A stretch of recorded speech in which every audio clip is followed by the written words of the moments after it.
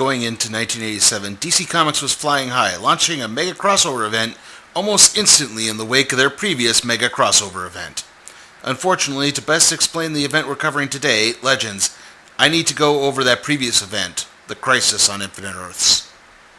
Ever since 1956, when DC relaunched The Flash with Barry Allen, DC had heroes operating on several parallel Earths. Earth 1 was home to the contemporary heroes of the Justice League of America. Earth 2 was home to the Golden Age heroes of the Justice Society of America. Earth 3 was an inverted world where the heroes were really villains and they formed a group called the Crime Syndicate of America. Earth C was home to an anthropomorphized animal group of heroes known as the Zoo Crew. Other Earths were home to characters that DC had acquired from other companies. Earth 4 was home to the heroes from Charlton Comics, such as the Blue Beetle, Captain Atom, and the Question. Earth S was where the Fawcett heroes lived, namely Captain Marvel and the Mothra family. Earth X was home to a world where the Nazis won World War II and contained characters from Quality Comics, a group known as the Freedom Fighters.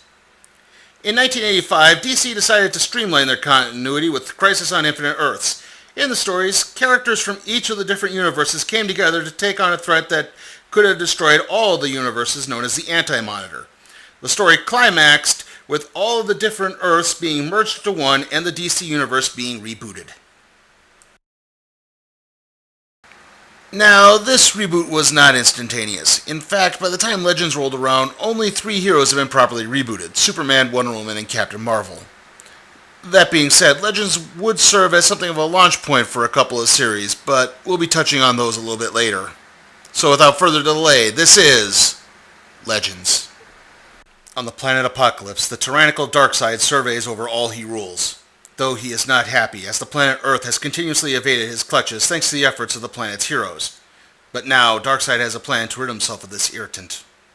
He calls upon one of his minions, the glorious Godfrey, and Dr. Bedlam. He then implements a plan he calls Operation Humiliation. Okay, quick side note here. I do know that in a previous episode I did promise to cover the New Gods a little more in depth, and this really isn't going to be that occasion, as really the only characters involved in this story are Darkseid and his denizens on Apokolips. Don't worry though, we'll get to them at some point. Firestorm begins attacking Brimstone to little effect on the creature as it tosses the hero aside and marches away. Elsewhere, the assassin Deadshot tangles with the Flash. Flash manages to defeat the assassin by deflecting several shots and take Deadshot down. Afterwards, several people approach the Flash upon noticing that he seems a little different. Professor Martin Stein was caught in a nuclear accident with a troubled student named Ronnie Raymond. The accident caused the two to fuse into a being known as Firestorm, the Nuclear Man, with Ronnie acting as the body and Martin acting as something of a spiritual voice. Now, while initially the two needed to be in the same area in order to become Firestorm, at this point they had formed a telepathic bond and could form Firestorm from different locations. Firestorm begins attacking Brimstone to little effect as the creature merely tosses the hero aside and marches off. Elsewhere, the assassin Deadshot tangles with the Flash. The Flash manages to deflect several bullets and take Deadshot down. Afterwards, several people approach the Flash upon noting that he seems a little different. Because I know I'll get ripped if I don't bring this up, Barry Allen, the Flash of the Silver Age, died during the Crisis on Infinite Earths storyline, leaving the mantle of the Flash to be taken up by Wally West, his former sidekick, known as Kid Flash.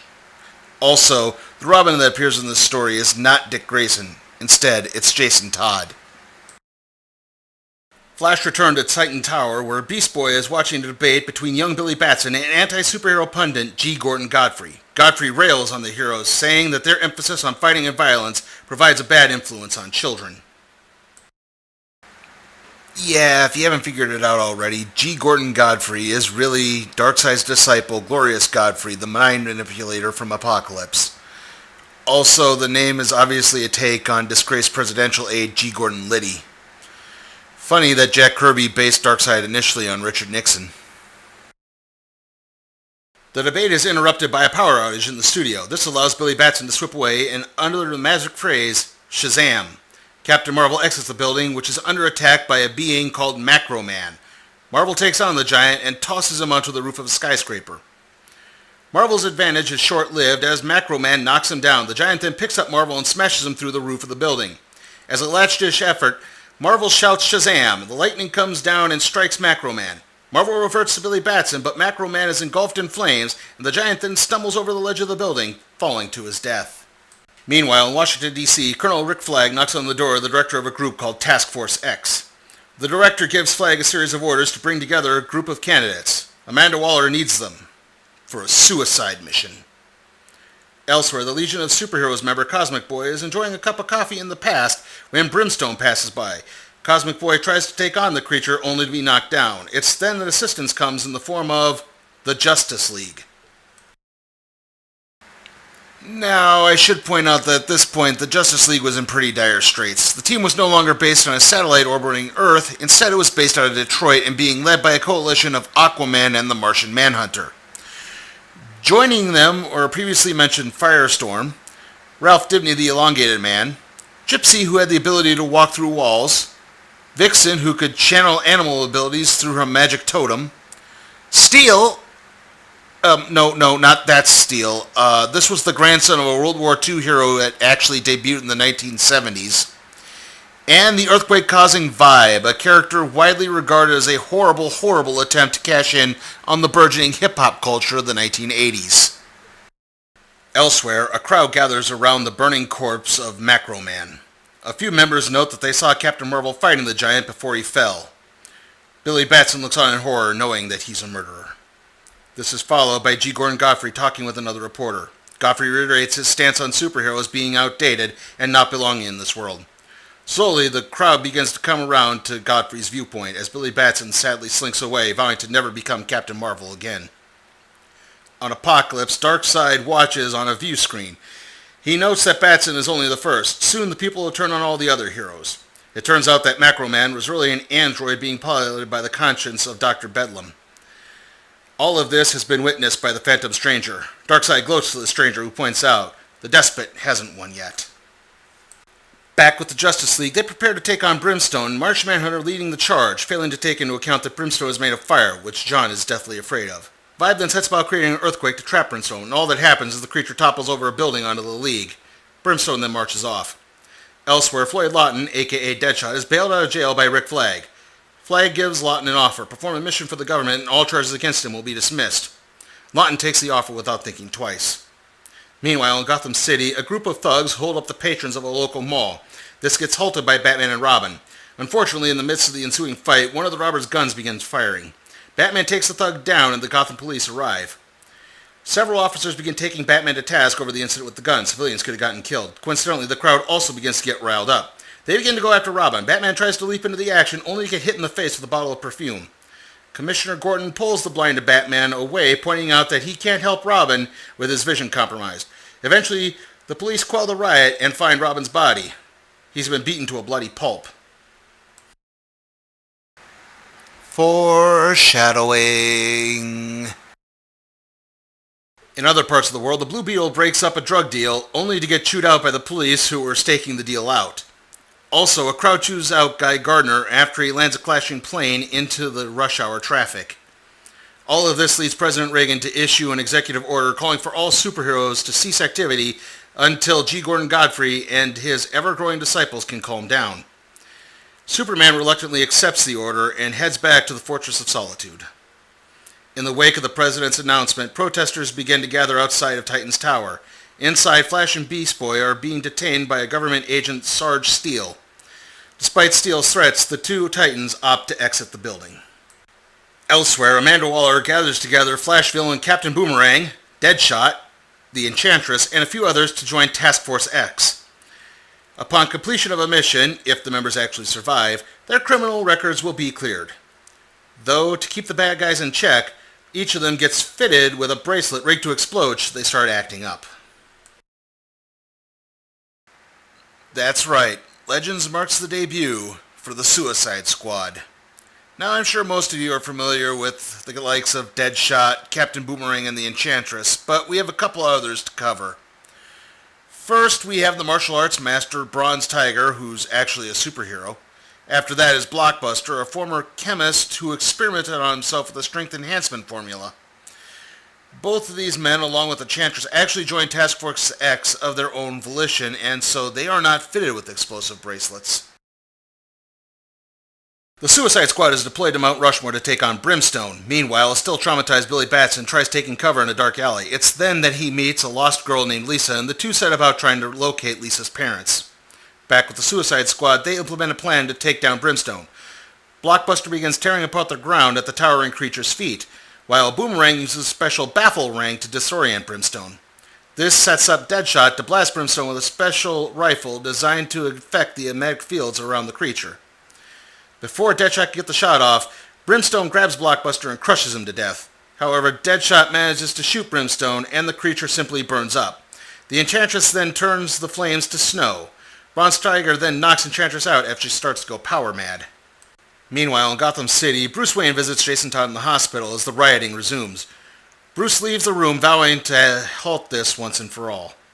Also, Billy Batson sits down to the dinner with Lisa's family, the Suttons, as another G. Gordon Godfrey report comes on television.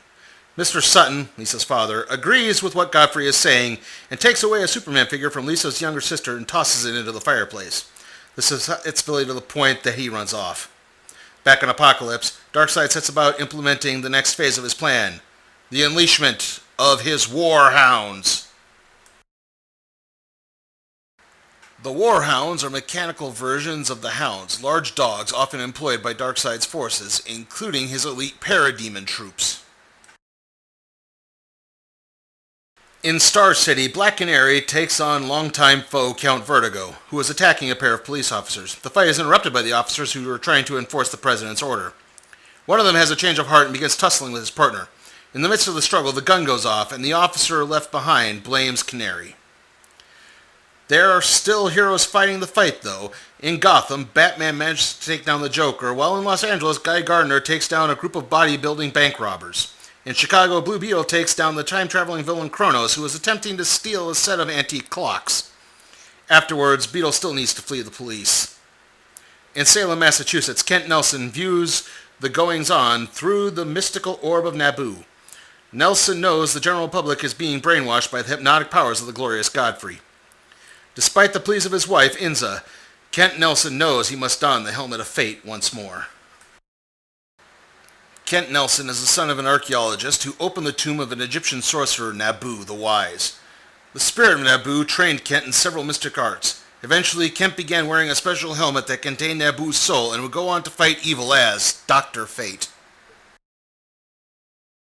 Back in Washington, D.C., Captain Boomerang calls for his bracelet to be removed and leaves the Suicide Squad.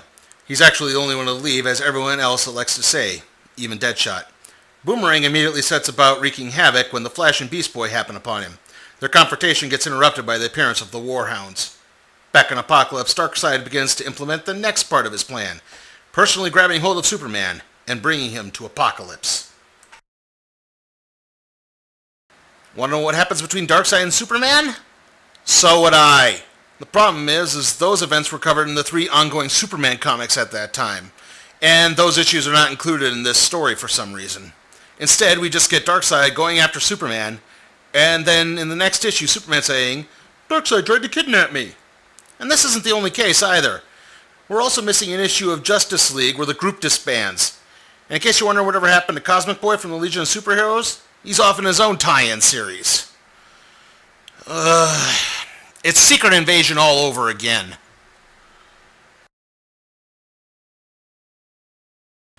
Back with Billy Batson, Lisa pursues him and the two begin making their way through some post-riot wreckage. That is, until they come across a group of people burning Superman in effigy. Lisa goes out to try to reason with the crowd, only to be struck by a piece of debris. As he pulls Lisa's unconscious body to safety, Billy realizes that he can't just run away anymore. With that, Billy utters the magic word, Shazam. Upon his transformation to Captain Marvel, Billy is able to detect Darkseid's ruse, but first things first, he decides to take care of the crowd. It doesn't work and the people begin to overwhelm Captain Marvel until Dr. Fate arrives to take him away. Fate then picks up Black Canary in Star City, Guy Gardner in Los Angeles, Blue Beetle in Chicago, and Batman in Gotham City. It's then that he comes across Flash and Beast Boy in New York City, where they have discovered that ordinary citizens are piloting the War Hounds. Meanwhile, Superman talks with President Reagan. It now seems that Godfrey is rallying people to take over the control of the United States government. As Superman tells the President about his encounter with Darkseid, Dr. Fate appears and confirms Godfrey's identity. Fate then takes Superman. Meanwhile, Godfrey holds a rally in Metropolis where Captain Boomerang has been taken hostage. He got left behind when the Flash and Beast Boy got picked up by Dr. Fate. Boomerang starts talking about having friends in high places. This catches the attention of Amanda Waller and Rick Flag in Washington, D.C. Waller gives the order to bring Boomerang back into the fold before he reveals too much about Task Force X. Or kill him. Godfrey and his forces arrive in Washington, D.C. and prepare to take down the U.S. government. It's then that Dr. Fate arrives with the other heroes. Back on Apokolips, Darkseid informs the Phantom Stranger that even if Godfrey is taken down, the brainwashed civilians can still overwhelm the heroes. Either way, Darkseid will win. Meanwhile, in Gotham City, a recuperating Jason Todd gets out of his hospital bed and changes into his Robin costume. He's still trying to find a way to help. Back in Washington, D.C., Martian Manhunter arrives to join the fight against Godfrey, though he does inform the group of the JLA's breakup. It's then that Godfrey launches the Warhounds. Flash informs the group about the civilian pilots that the Warhounds have. So the heroes set about destroying the weapons without hurting the occupants. This gets interrupted by the opening of a boom tube, heralding the arrival of the Parademons. The other heroes race off to fight Darkseid's forces, while Dr. Fate tries to reason with the crowd of Godfrey's followers. However, one of the Parademons makes off with the helmet of Naboo, limiting Fate's power. The crowd begins to swarm around Kent Nelson, calling him a traitor to his own kind, so he flies off. Meanwhile, Godfrey leads the fracas in order to interrogate Captain Boomerang. Godfrey reveals that he knows about Task Force X, and he just wants to know why Boomerang joined up. They get interrupted by the arrival of the Suicide Squad. Enchantress turns the remaining Warhounds into gelatin, and Godfrey runs away. He runs straight into Bronze Tiger. Unfortunately, Godfrey is able to immediately hypnotize the martial arts master. Meanwhile, Flag and the others grab Boomerang. They give him a new offer: rejoin the squad, or die right now. Back with the other heroes, they begin to struggle with Godfrey's followers until a new hero arrives: Wonder Woman. Okay, I'm going to admit here that I don't really know much about Wonder Woman's post-crisis relaunch. From what I could piece together, Diana's presence outside of her Amazonian home was not publicly known yet. Meanwhile, a small group of armed militants make their way to the White House and confront President Reagan. The gunmen open fire, but President Reagan just blocks the bullets and knocks them out. It's really John Jones in disguise. The real President Reagan arrives and thanks John, and then leaves to rejoin the battle.